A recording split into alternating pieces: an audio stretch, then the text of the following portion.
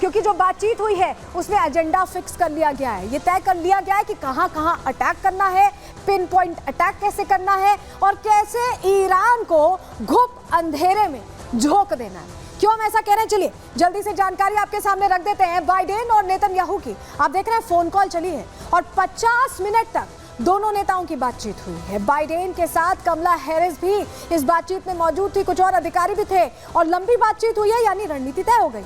Lebanon में ground operation पर भी चर्चा हुई, क्योंकि आपको बताएं कि इजराइल ने बफर जोन क्रिएट कर लिया है लेबनान में। बफर जोन मतलब कि अपनी सेनाओं का पूरा ठौर ठिकाना बना लिया है। लेबनान का जो बॉर्डर एरिया है इजराइल के साथ, वहां पर गाजा पट्टी में ऑपरेशन पर भी बात हुई है। उसका क्या प्रोग्रेशन है, क्योंकि 1 साल हो गए, आप समझ रहे हैं कि 1 साल हो गए यहाँ पर युद्ध होते हुए और गाजा पट्टी में हमास के जो ठिकाने थे वो तो फ्लैट हो चुके हैं, नेस्तनाबूद हो चुके हैं। ईरान के परमाणु और पेट्रोलियम निशाने पर हैं। नेतन्याहू ने बाइडेन को अपना पूरा एक्शन प्लान ब्रीफ कर दिया, बता दिया है, क्योंकि अमेरिका लगातार समर्थन भी कर रहा है, हथियार भी दे रहा है। बाइडेन ने नेतन्याहू को अपना समर्थन दे दिया, यानी हरी झंडी अमेरिका से मिल चुकी है। इस बातचीत को काफी इंपॉर्टेंट माना जा रहा है, काफी अहम माना जा रहा है, क्योंकि 50 दिनों में पहली बार ऐसी बातचीत हुई है और बातचीत का निष्कर्ष क्या निकला है ये कुछ ही दिनों में पता चल जाएगा, क्योंकि लग रहा है कि अब इजराइल ज्यादा वक्त बर्बाद नहीं करने वाला है। वहीं आपको बताएं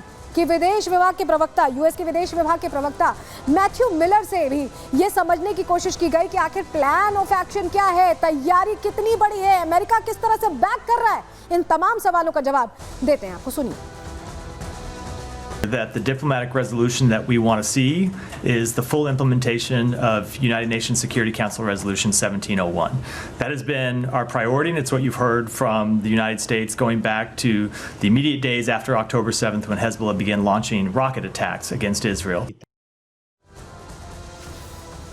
तो आपने सुना 50 मिनट की बातचीत। मैं बार बार क्यों कह रही हूँ 50 मिनट, क्योंकि 50 मिनट एक लंबा वक्त होता है एक एक प्लान ऑफ एक्शन समझाने के लिए, क्योंकि ये जो लड़ाई है ये कई फेजेस में लड़ी जाएगी इजराइल की तरफ से। पहला, दूसरा, तीसरा फेज डिफाइन कर लिया गया है, इसको लेकर ब्रीफ दे दिया गया है अमेरिका को। बाइडेन ने भी कह दिया है कि वो साथ में खड़े हैं समर्थन में। तो क्या प्लान ऑफ एक्शन है, चलिए आपको जल्दी से बता देते हैं। ईरान पर हमले की रणनीति क्या रहने वाली है। नेतन्याहू और बाइडेन ने इसको लेकर बातचीत की, रणनीति तैयार की, क्योंकि बदला लेना चाहता है इजराइल। इजराइल चाहता है कि हिसाब हो जाए और इसके लिए उसने लंबी बातचीत की।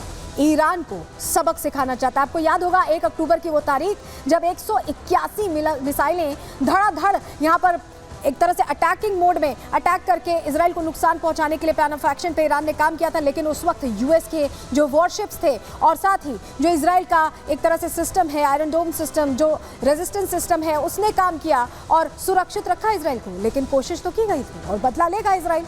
और ऐसे में नेतन्याहू और बाइडेन की जो बातचीत है वो सफल रही है। जी हाँ, बिल्कुल सफल रही है और एक्शन प्लान तैयार हो चुका है। नेतन्याहू ने अब प्लान पर हरी झंडी मिलने के बाद उस पर अमल करना शुरू कर दिया है। अंदर खाने जो आईडीएफ के ऑफिशियल्स हैं, जो मिलिट्री विंग है या ये कहें जो खुफिया एजेंसियां हैं, शिन बेत की बात कर लें, मोसाद की बात कर लें, सबको ब्रीफिंग दी जा चुकी है। अब तक दी जा चुकी होगी ब्रीफिंग, क्योंकि बातचीत हुए, कल बातचीत हुई है, 24 घंटा करीब होने वाला है। ईरान पर अब आप समझिए हम क्यों ये आपको बता रहे हैं कि मोसाद, शिन बेत सबको ब्रीफिंग दी जा चुकी है, आईडीएफ के मिलिट्री पर्सनल को ब्रीफिंग दी जा चुकी है, क्योंकि हम ये बताना चाह रहे हैं कि ईरान पर किसी भी वक्त बड़ा हमला हो सकता है और ये बड़ा हमला तस्वीर बदल देगा ईरान की। और जो हम कह रहे हैं कि पूरी तरह से कोशिश ये है कि अंधेरे में घुप अंधेरे में खो जाए ईरान, इस पर काम कर रहा है इजराइल। आपको अगली जानकारी देते हैं कि प्लान क्या है, कैसे ईरान को मिटाने की तैयारी है। क्यों हम ऐसा कह रहे हैं, चलिए जानकारी आपके सामने रख रहे हैं, क्योंकि इजराइल ने ईरान से बदले की कसम खाई। आपको याद होगा जब वो तस्वीर सामने आई थी,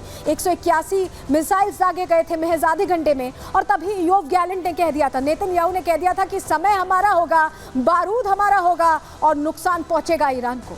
ईरान पर बहुत बड़े हमले का प्लान तैयार हुआ है। जो आप तस्वीर देख रहे हैं ना, या अगर आप याद कर लें गाजा स्ट्रिप की तस्वीर याद कर लें, कैसे हमास के ठिकानों का एक तरह से पूरी तरह से ध्वस्त कर दिया गया था, नेस्तनाबूद कर दिया था, वैसा ही होने वाला है ईरान में भी। इजराइल के रक्षा मंत्री ने, योव गैलेंट ने यह जानकारी दी। जी हाँ, ईरान पर बहुत भयानक हमला होगा।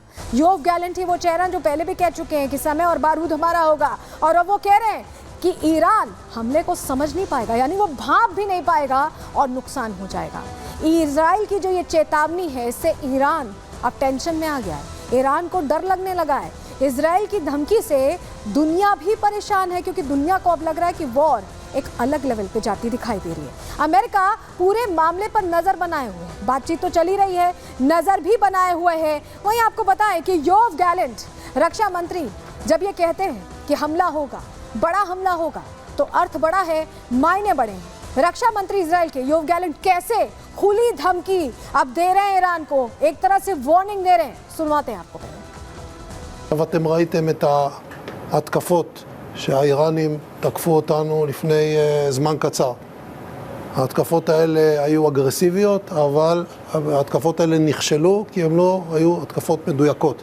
חיל האוויר לא נפגע, כל המסלולים פועלים, הרציפות נשמרת, אף מטוס לא נפגע ואף חייל לא נפגע ואף... तो हमने आपको बताया, लेकिन अमेरिका में आपको बताएं चुनाव हो और ऐसे में अपने अपने दाव भी चल रहे हैं, अलग अलग तरह की बयानबाजी वहां से भी हो रही है। क्यों हम ऐसा कह रहे हैं, चलिए जानकारी जल्दी से आपके सामने रख देते हैं, क्योंकि आपके लिए जानना जरूरी है। मिडिल ईस्ट में जंग का यूएस चुनाव पर भी असर है और यही वजह है कि बाइडेन कॉन्टिन्यूसली बातचीत कर रहे हैं। मिडिल ईस्ट में जिस तरह से असर पड़ रहा है उसको लेकर इजराइल के साथ अमेरिकी सरकार खड़ी दिखाई दे रही है, लेकिन बाइडेन और ट्रंप की तरफ से बयानबाजी लगातार हो रही है परमाणु प्लांट पे हमले को लेकर।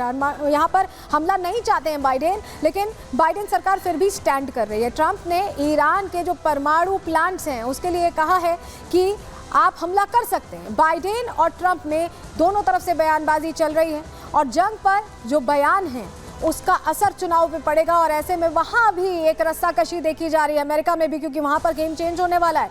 बाइडेन ने नेतन्याहू को परमाणु प्लांट्स पर हमले के लिए मना किया, लेकिन ट्रंप कह रहे हैं कि वो कोई भी एक्शन ले सकता है। जी हाँ, तो अगर सरकार बदलती भी है, ये जानकारी हम आपको इसलिए दे रहे हैं कि अगर सरकार बदलती भी है तो इजराइल के लिए जो स्टैंड है वो बदलने नहीं वाला। भले ही बाइडेन ये कहते रहे कि हमला ना हो परमाणु प्लांट्स पे, लेकिन अगर हमला करते हैं तो बैकिंग तो अमेरिका करेगा ही, क्योंकि अमेरिका ग्रेटर इजराइल का जो प्लान है उसको सपोर्ट कर रहा है और ट्रंप भी यही चाहते हैं। तो ऐसे में कुछ भी हो अमेरिका में असर नहीं पड़ने वाला। लेकिन आपको बताएं कि इजराइल ने टारगेट लॉक कर लिया। ये वो रणनीति है जिसका खुलासा हम प्रहार में सबसे पहले आपके सामने करने वाले हैं। किसी ने आपको ये जानकारी नहीं दी होगी। चलिए ये देखिए, ये जो आप देख रहे हैं ये परमाणु ठिकाने हैं, ये जो आप पंखा सा घूमता देख रहे हैं, और पेट्रोलियम का ये निशान है। देखिए ये परमाणु ठिकाने हैं, पेट्रोलियम ऑयल रिफाइनरीज, क्योंकि ईरान से ही ऑयल पूरे दुनिया में जाता एक्सपोर्ट होता है, बड़ा हब है, तो उस पर एक्शन का प्लान है इजराइल का। इजराइल सोच रहा है कि इनको अगर न्यूट्रलाइज कर दिया तो ईरान की जो पावर है, जो आर्थिक मजबूती है और साथ ही जो खुद को बहुत बढ़कर ईरान समझता है, मुस्लिम देशों का नेता समझता है, वो सब कुछ खत्म हो जाएगा। क्योंकि न्यूक्लियर प्रोजेक्ट्स अगर पूरी तरह से तबाह हो गए, ऑयल रिफाइनरीज अगर पूरी तरह से तबाह हो गई, तो बचा क्या ईरान में? ईरान के पास तो कुछ नहीं बचा। तो इसलिए इस पूरी तरह से आपको बताएं, पेट्रोलियम प्लांट, ऑयल रिफाइनरीज, इन तमाम चीज़ों को निशाना बना रहा है अब इजराइल, और इसी के लिए एक्शन प्लान तैयार किया जा रहा है। आपको अब तस्वीर एक दिखा देते हैं। चलिए अब देखिए, ये तस्वीर आपने पहले देखी कि कैसे एक्शन प्लान बना हुआ है। अब इससे डर गया ईरान, और डर कर क्या कर रहा है, ये तस्वीर देखिए। ये तस्वीर जो हम आपको दिखा रहे हैं, आपको मोहम्मद बिन सलमान दिखाई दे रहे हैं, सऊदी के क्राउन प्रिंस, अभी भारत भी आए थे कुछ समय पहले, और ये अब्बास अरागची हैं, ईरान के विदेश मंत्री, पहुंचे हुए हैं मिलने किससे? सऊदी अरब के क्राउन प्रिंस से। क्यों पहुंचे हैं सऊदी अरब के क्राउन प्रिंस से मिलने? इसका जवाब भी अब हम आपको देने जा रहे हैं, क्योंकि अब ईरान डर रहा है। ईरान को लग रहा है कि उन देशों से समर्थन चाहिए जिससे थोड़ी बहुत भी अमेरिका से अच्छी बातचीत है। सऊदी से ईरान क्या चाहता है, आप जवाब इसका दे दें। ये देखिए, ये हमने आपको दिखाया था कि कैसे अलग अलग ऑयल रिफाइनरीज हैं, पेट्रोलियम प्लांट्स हैं, परमाणु ठिकाने हैं।